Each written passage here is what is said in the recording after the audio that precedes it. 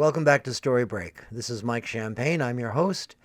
And today we have a story for you about a man who comes to realize that friendship is not always about loyalty. And it's not always about the admiration of the person you're friendly with. Sometimes lives cross, and sometimes they unravel. Today's story is called Desperado. If you're new to Story Break, I hope that you'll subscribe, press like, and perhaps follow us on Spotify or Apple. And this is a channel where you get a chance to take a few minutes out of your busy day just to relax and listen to a story. If you've joined us before, you know the drill, and we're happy to have you back. So today, I hope you'll sit down for a few minutes and listen to our new story, Desperado.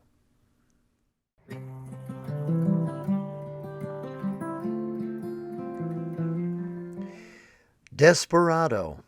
I love that song. It's a guy thing, I think.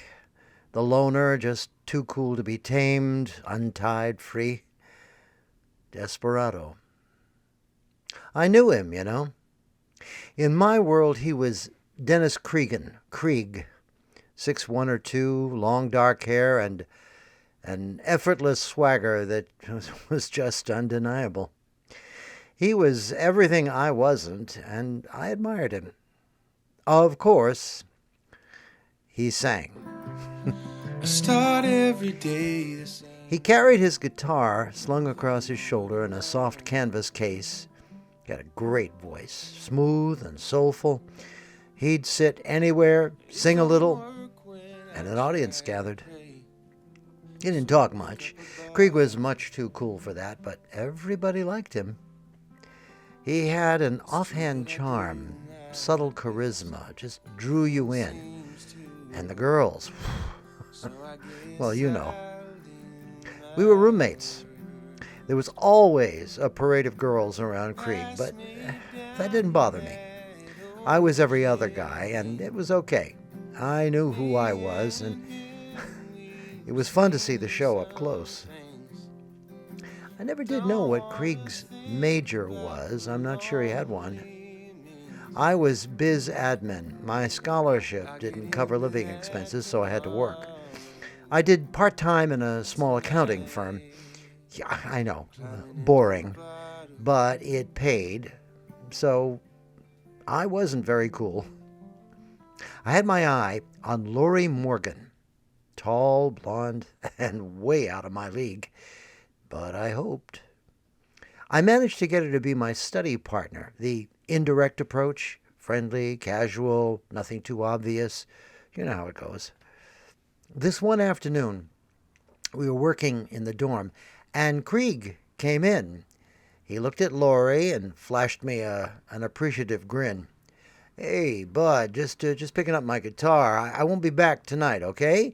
He winked at me and left. "What a smug son of a bitch," she looked at me annoyed. "Oh, that's just Krieg. He plays at bingos, tips and free drinks.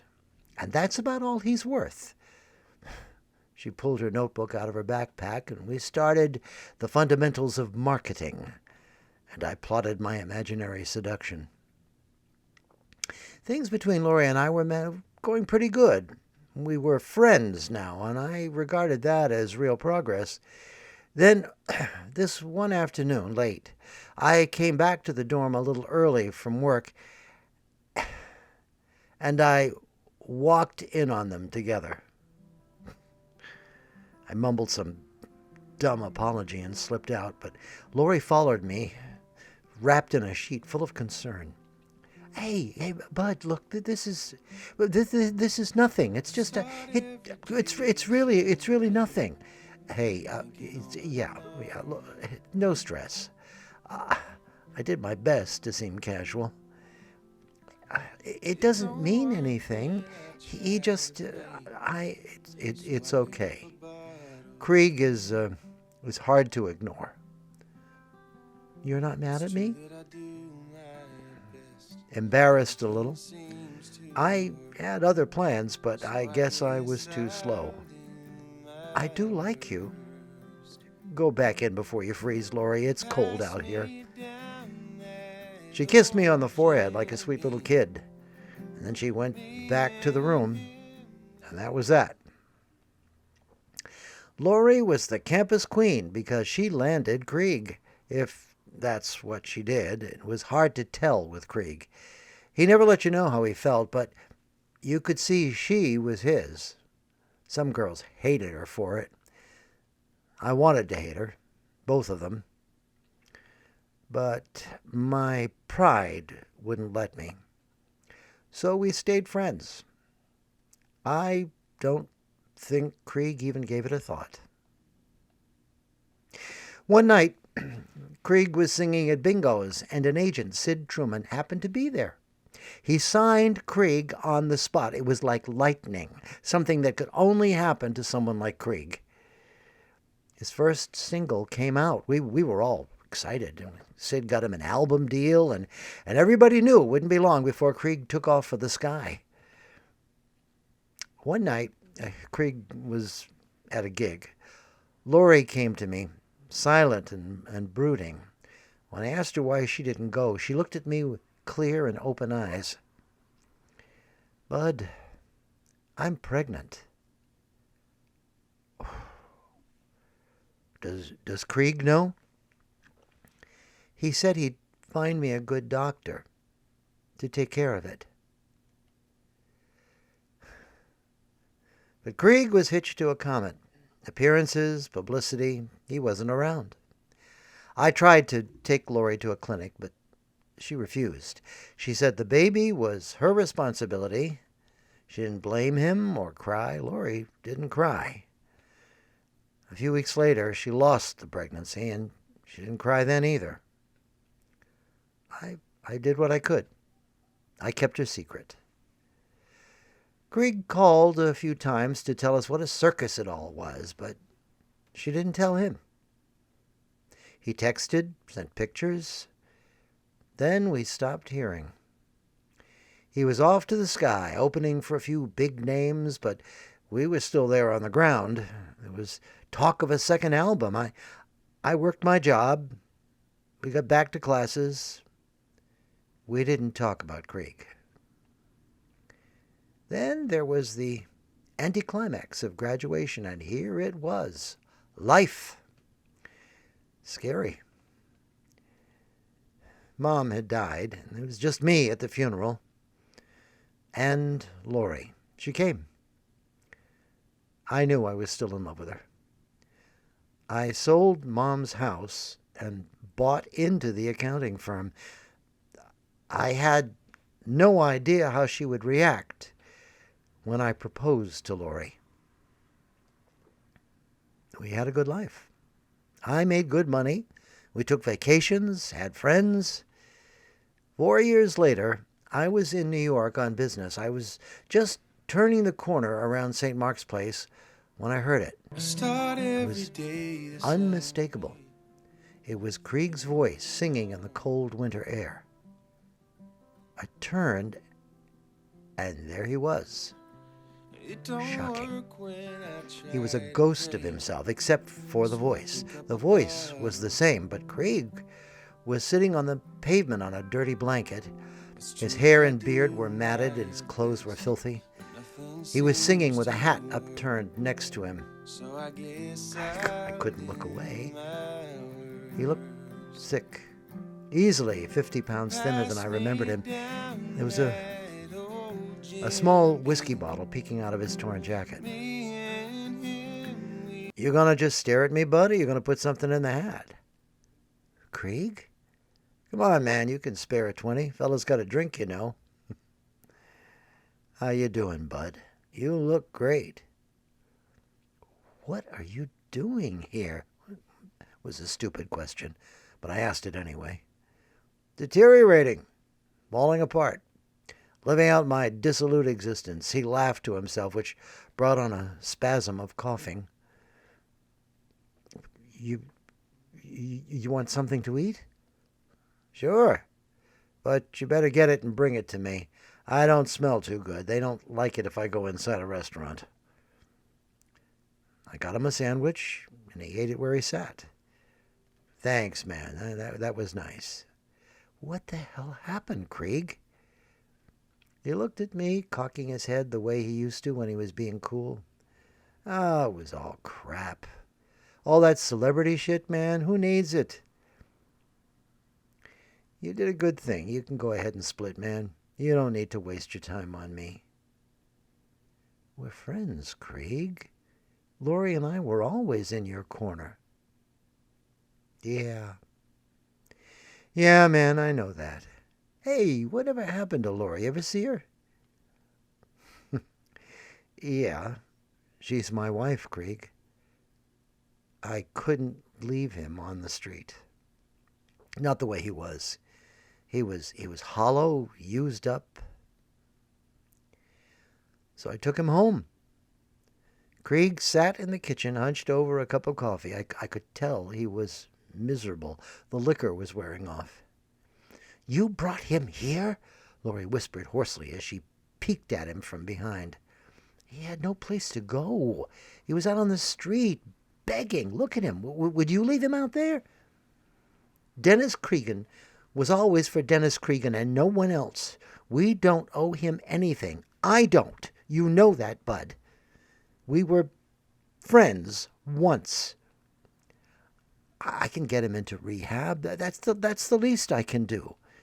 This is your deal, not mine. She walked away, and that was pretty much it. Now that he was where he was, I felt I should do something. I had the money. I had to do it. I got weekly reports from the facility, but it was 6 months before I saw him again. He got his teeth fixed, and I gave the program an allowance for new clothes and shoes when he was ready. I couldn't believe when I saw it was Krieg. Not the pitiful shell I had picked up on the street in New York, but Krieg from school. He'd put back on the weight. He told me he'd been working out. Every ounce was muscle, and he was dressed just as I remembered him, right down to the cowboy boots. He smiled sheepishly when I looked at the boots. Sorry, man, I couldn't resist. It's okay, isn't it? You look brand new. I couldn't hide my surprise.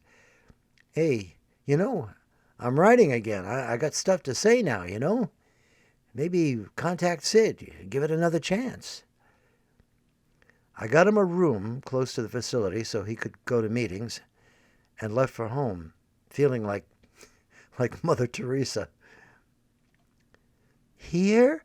You want him to come here? Why? Lori challenged me. It's just dinner.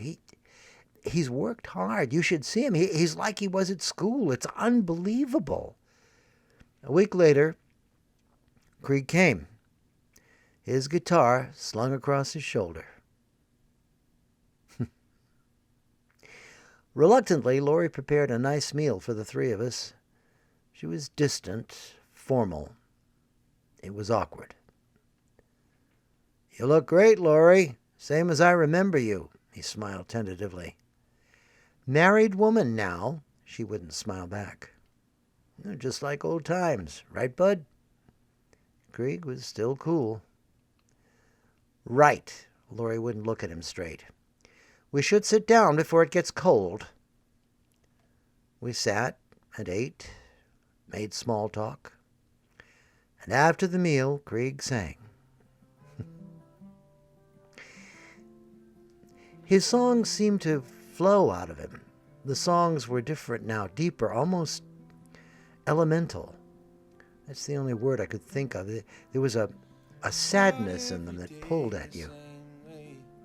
At one point, I saw Lori's eyes glaze with hidden tears.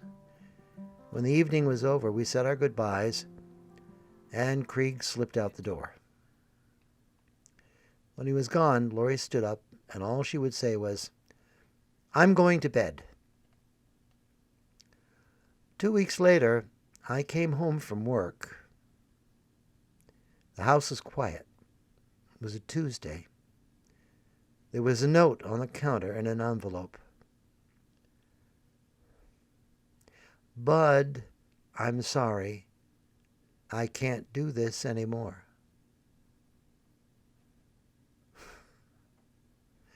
Desperado.